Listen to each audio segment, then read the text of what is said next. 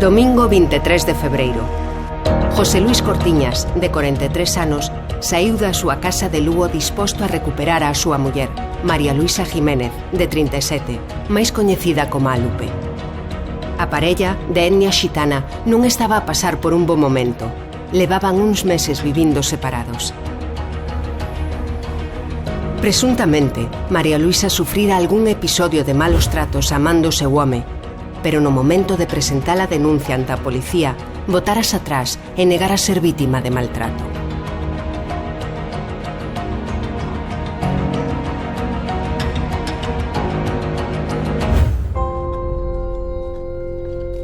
El seguía a vivir no fogar familiar, pero María Luisa quixo tomarse un tempo e decidiu mudarse a Vilaboa, na provincia de Pontevedra, xunta a súa nai.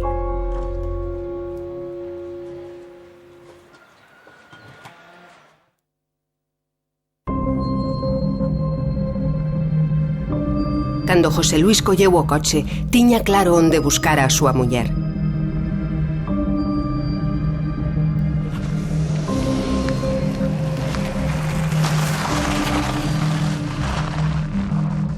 Iría á casa da súa sogra a dicirlle que as cousas non podían seguir así. A Lupe tiña que voltar con el a Lugo.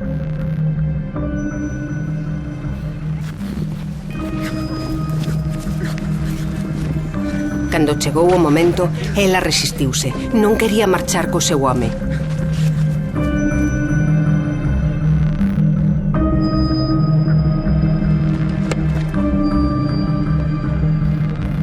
Pero non tivo opción. José Luis obrigouna a subir ao vehículo.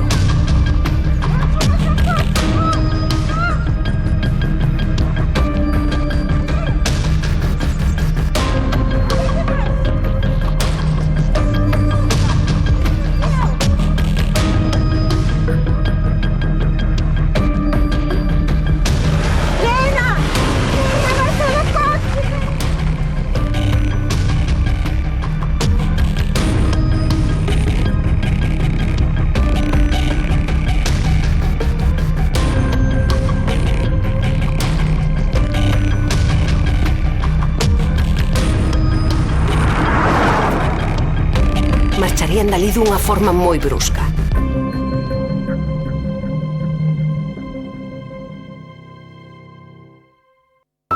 Fun detrás, pero xa non me deu tempo a nada. A familia de María Luisa quedou moi preocupada. José Luis levara a forza para Lugo.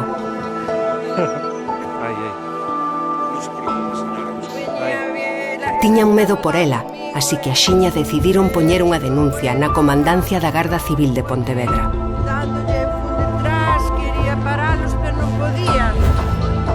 Pero padre, non te preocupes. E non se equivocaban. Porque vou... Segundo as primeiras investigacións, José Luis dirixíase á súa casa en Lugo.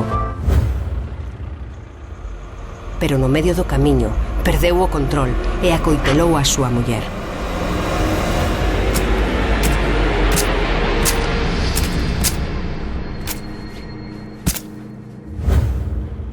Nese momento, a única saída que viu foi abandonar o corpo de Luisa nunha matogueira.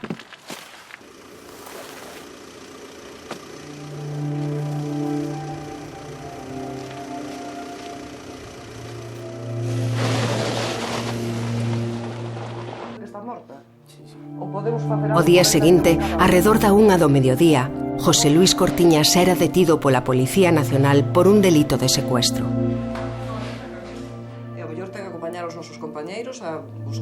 Foi no momento de declarar diante da xuíz cando confesou que acabara coa vida da súa muller.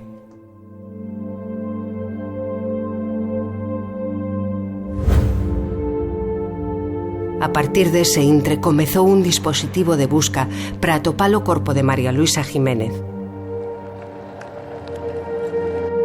Pero non foi ata o martes pola mañá cando deron con el preto de Lavacolla, no concello do Pino.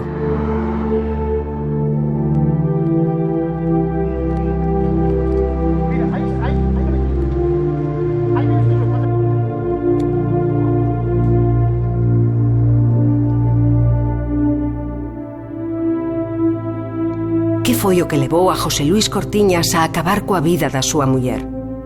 Que pasará agora con ele e a súa familia? Por que decidiu saltarse a lei xitana?